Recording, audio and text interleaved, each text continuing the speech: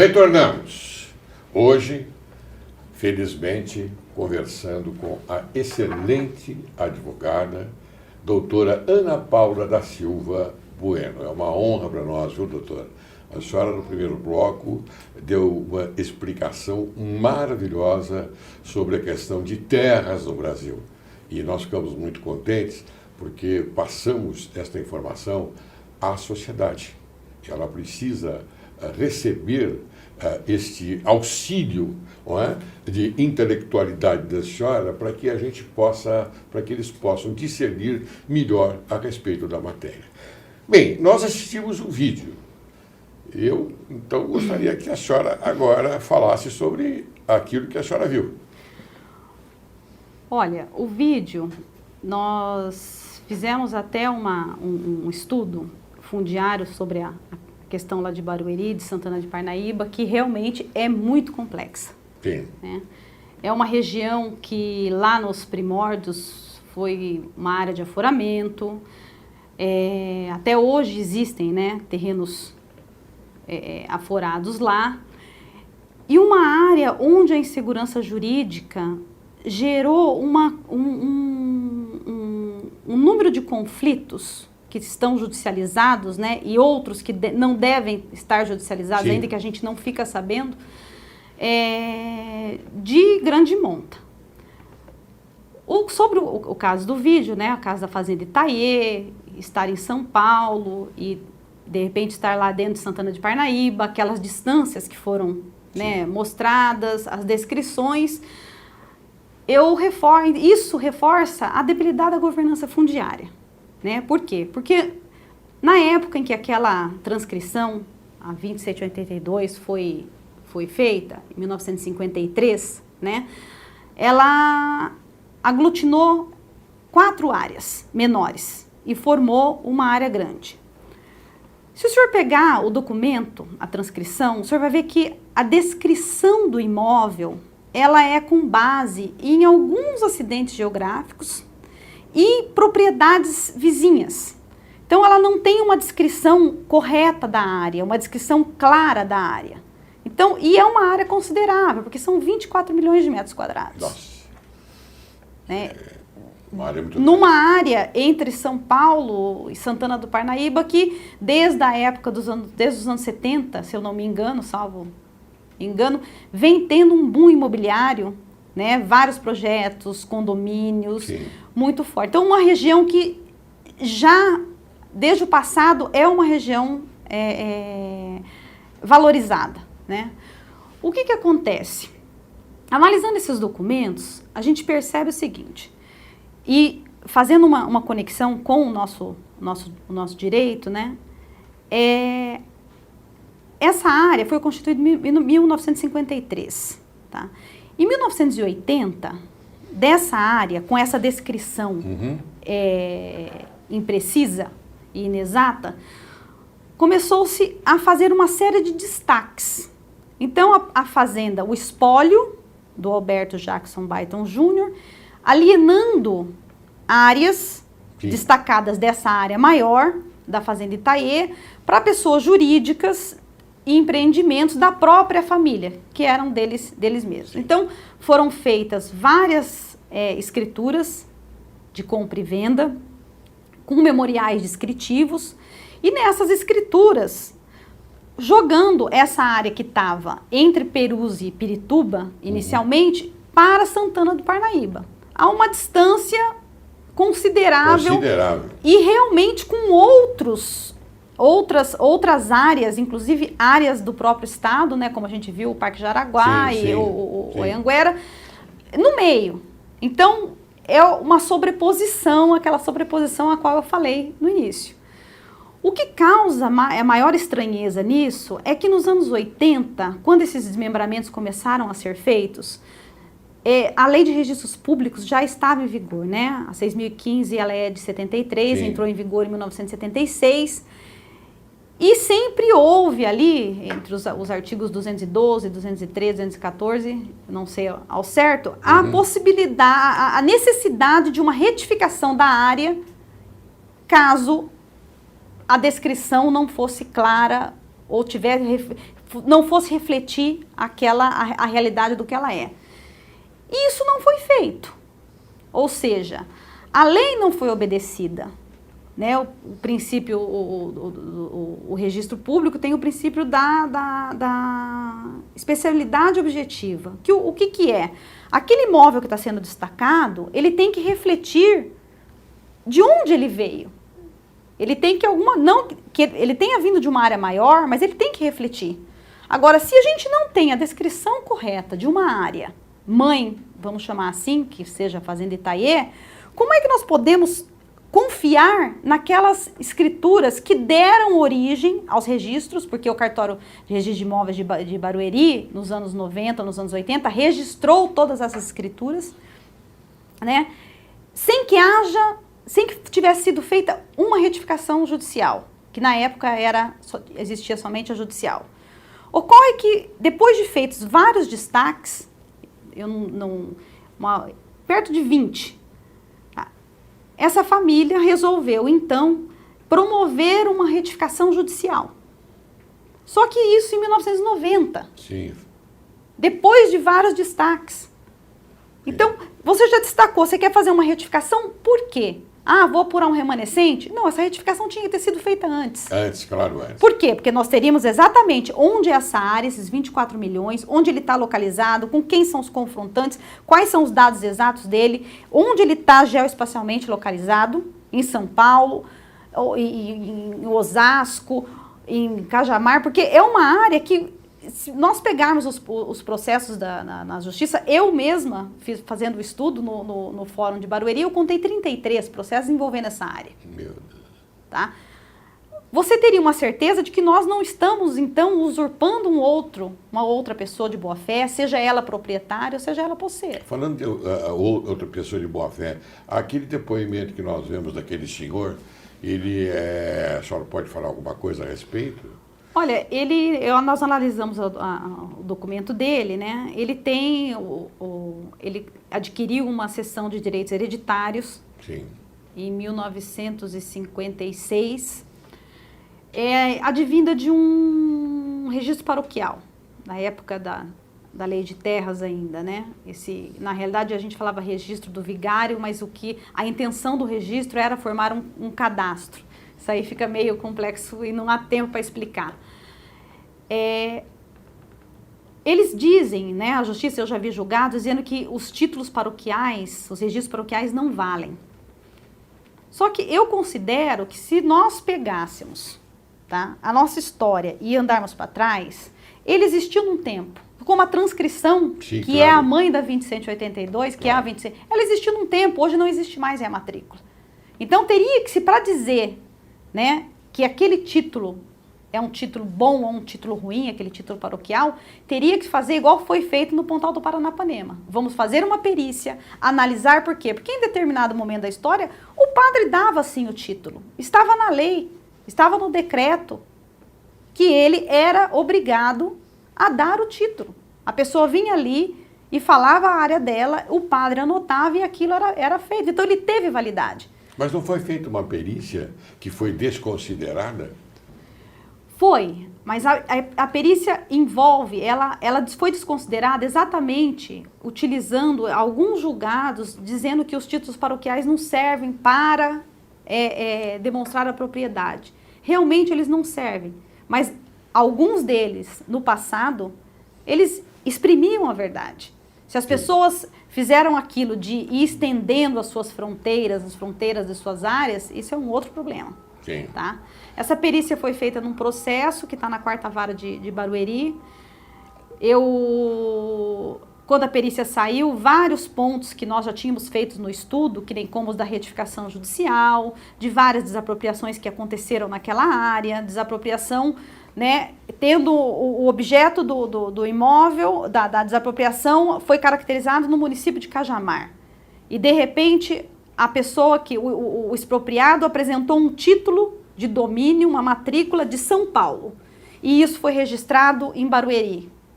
E Cajamar, a circunscrição imobiliária, seria Jundiaí. Sim. Então, tem uma série de fatores que nos levam a pensar que no decorrer dos anos, isso foi, esses destaques, esses desmembramentos dessa matrícula, sem a devida retificação, ela foi feita de uma forma errônea, que pode, inclusive, no meu entender, invalidar todos os títulos. Certo. O problema é que hoje existe uma situação consolidada em parte dessa área, são vários condomínios de luxo. Sim. Valorizados, e que essa situação consolidada não tem mais como voltar atrás, mas tem uma área remanescente, que é o que tudo indica, que essa perícia demonstrou, a melhor posse é desse senhor, do senhor Francisco Fagundes de Lima. Essa perícia que não foi, depois de registrada, entregue na jurisdição, no prazo legal, ela foi desconsiderada em favor de uma outra que levaram a efeito. É isto? Não. Houveram as impugnações, né, a essa perícia, e o magistrado que julgou falou, não, a perícia está errada. E a perícia Mas fundamentou? Fundamentou, mas a fundamentação, a mim, pelo menos, não convenceu. Porque o perito, ele foi muito inteligente na perícia. É um perito que ele deu um passo para trás e ele foi cuidadoso em pegar os dados para demonstrar que aquilo estava errado. Ele foi em órgãos oficiais, como o IGC, como a GEGRAN, como a Implaza, e demonstrou os erros a partir, então, das informações públicas. O que não deveria ter sido desconsiderado nunca. Porque tem valor. Porque tem valor. É lógico. Não é o perito dizendo, olha, eu atesto alguma coisa porque eu estou convencido disso. Não, ele localizou uma planta, né, da GEGRAN, ele localizou a planta da Implaza, ele localizou córregos, ele identificou a mudança de cursos d'água, que possivelmente essa mudança foi o que facilitou que essa área de São Paulo viesse para Santana de Parnaíba, ela Sim. foi puxada um pouco para frente. Sim. E foi puxada um pouco para frente nos registros de imóveis? Nos memoriais descritivos. No memoriais descritivos. Isso. Mas isso valeu para a modificação no registro de imóveis? Isso valeu para a pessoa que fez conseguir registrar a escritura dele no cartório de registro de imóveis. Bom, doutora, a senhora está me contando, o que a senhora está me contando, eu posso tirar as minhas conclusões, falando em debilidade, não é? Falando em debilidade, que é um termo mais elegante, não é? Mas me parece que há uma fraude aí, no meu modo de ver. Então, a fraude, como eu falei no início, a debilidade da gente não ter um sistema, que você vê, a gente tem 3 sistemas de registros vigentes, que é o de 1843, da Lei de Hipotecas, Sim. Tem títulos dessa época, tem os títulos do Código Civil de 1916, que são as nossas transcrições, e tem as matrículas da Lei 6.015. Sim. Então, é extremamente difícil, inclusive acho que até para o registrador que está aí hoje, ele conseguir trabalhar com esses títulos, ele conseguir trabalhar com essas informações tão imprecisas, né? Você vai descrever uma área, você fala, olha, olhando para o pôr do sol, né? À esquerda a montante, a jusante, o moirão, a escarpa. Hoje a gente sabe que até cursos d'água não existem mais. Os córregos também. Os córregos também. Uhum. Então fica difícil até para ele mensurar esse tipo de coisa. Não é assim, a culpa não é do registro. A culpa é de um sistema inteiro. Sim. Do Brasil, que não se organizou, porque a governança é um conceito amplo, ela envolve tudo. Ela envolve desde os mecanismos mais simples até as leis, decretos, instruções normativas mais complexas. É todo esse conjunto de regras que vai trazer uma clareza para o nosso mundo fundiário, que nós não temos. Claro. Então, em Barueri, em Santana de Parnaíba, o que se mostra é isso. Nós temos ali sobreposições de terrenos aforados, de posse, de propriedade, e nada disso definido, que nem a perícia trouxe um dado de uma matrícula em especial, que é a matrícula 82326, em que o perito fala claramente que aquela matrícula tem erros técnicos e que ela não fecha uma poligonal e ele não conseguiu encaixar ela em nenhum... Ele fez três pontos para encaixar ela geoespacialmente e não conseguiu. Né? Isso daí é extremamente grave. E ele fala, olha, eu aconselho que sejam revistas as matrículas oriundas dessa transcrição 20182, porque todas elas podem ter esse mesmo erro técnico. É um perito consciencioso, né? É um perito consciencioso. Consciencioso, claro.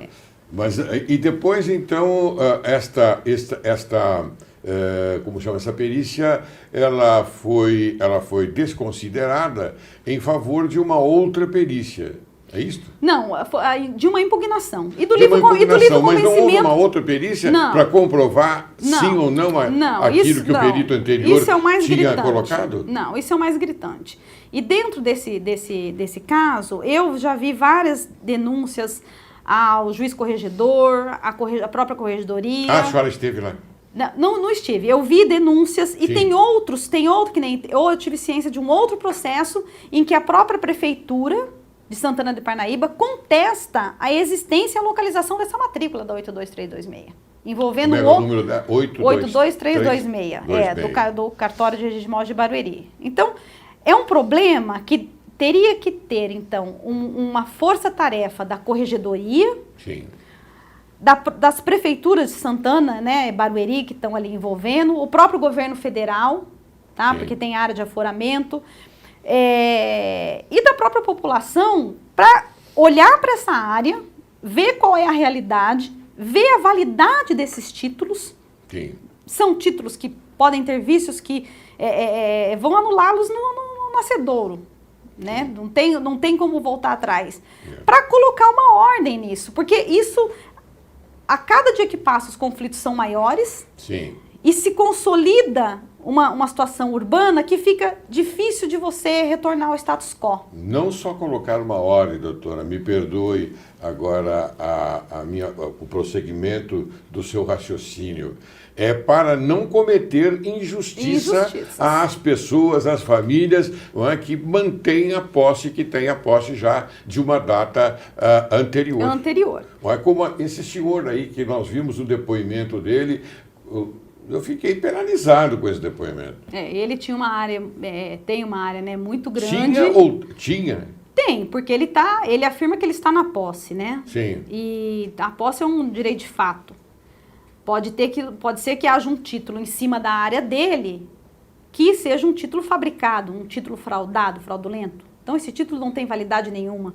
Sim. E essa pessoa que está lá, ela tem a posse? Ela é possuidora? Não. Ou ela simplesmente tem um documento, vamos colocar entre aspas, inventado, que o direito brasileiro confere a ela, então, olha, então a legitimidade, né, a titularidade é sua. Nós estamos dando legitimidade a uma ficção. A uma ficção, exatamente. A grilagem é isso. Estamos você legitimar uma ficção. Eu espero que o judiciário, eu digo agora aqui para os telespectadores, para a sociedade, eu espero, como eu pertenço ao judiciário e confio no judiciário, confio mesmo com todas as minhas forças, eu espero que o judiciário retome essa questão e não cometa injustiças. Eu tenho a convicção que não cometerá, porque os nossos magistrados são magistrados excelentes, idôneos, cumpridores dos seus deveres e obrigações. Bem, doutora, eu vou continuar, porque eu já estou finalizando o programa, lamentavelmente. Doutor, eu só acho pertinente colocar de que a Corregedoria Geral de Justiça, ela tem por obrigação, tendo em vista que não é só esse caso desse senhor desse vídeo, existem outros casos, existem processos que já tentaram anular essa transcrição 20182, tentaram anular essa matrícula 82326, não. E a Corregedoria é ela que detém esse poder, ela é a legitimada para fazer isso, ela tem que entrar e falar, olha, ela pode não cancelar as matrículas no primeiro momento, mas bloqueia as matrículas, bloqueia as prefeituras, bloqueia então o aparecimento de empreendimentos imobiliários lá, façam uma varredura e tomem a termo essa situação. Porque a gente está no coração do Brasil, é São Paulo, no meio de São Paulo. Doutora, aí quando o pessoal fala para mim, lá no norte tem muito problema. Não, em São Paulo tem. E esse é um exemplo riquíssimo, porque nós temos todos os tipos de problemas envolvendo essa área. Então, a corregedoria, tá, deveria entrar, bloquear essas matrículas, fazer uma apuração, ver como é que elas foram feitas. Hoje em dia nós temos o georreferenciamento. A corregedoria, com todo respeito, ela tem que ser provocada para isso. Já foi. Eu já vi algumas provocações que foram arquivadas. Arquivadas? Arquivadas. Mas não podem ser arquivadas. Viu? A senhora, eu acho que tem que insistir, porque aqui é uma denúncia gravíssima. Doutor, nós... É uma denúncia gravíssima da minha ótica.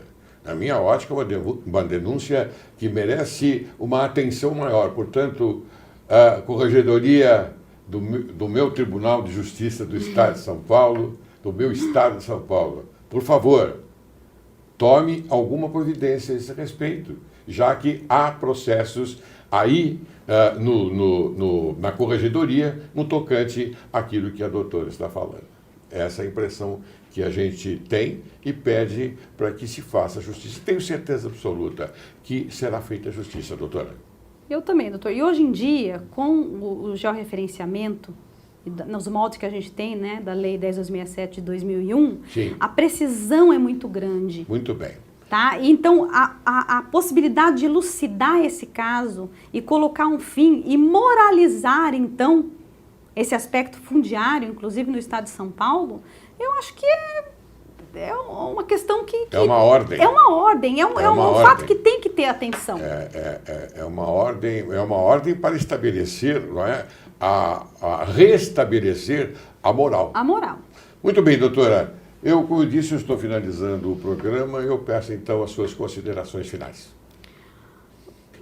É isso que eu acabei de falar, né? A governança fundiária, ela é débil por esses fatores, né, advindos de várias, falta de transparência, não ter um cadastro confiável. O nosso sistema de registro veio sendo construído no decorrer dos anos de uma maneira que não deu a segurança jurídica da propriedade. Nós não temos essa segurança.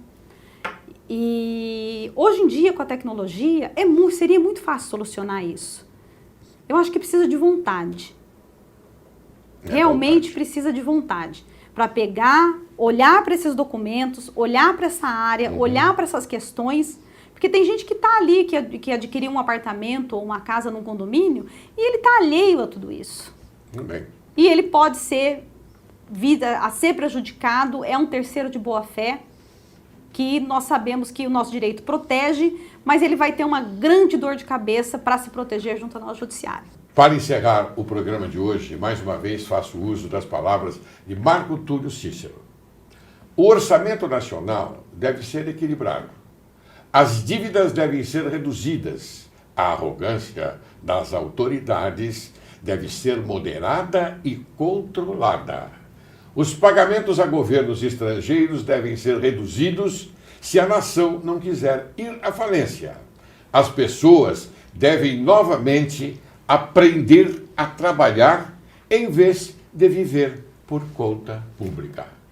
Doutora Ana Paula da Silva Bueno, eu queria agradecer muito a sua presença hoje aqui, não é? E dizer que o programa Direito e Justiça em Foco, não é? Trouxe uma denúncia, não é? Eu posso qualificar como denúncia para o judiciário, não é? Que tem até a oportunidade de solucionar esta questão tão latente de moradia no país.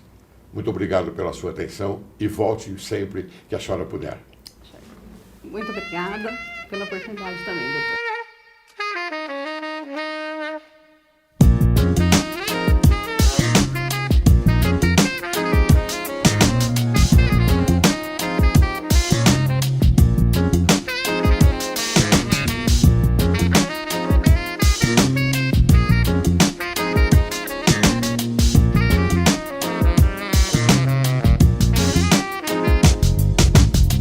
Si ma folie fait ton désespoir,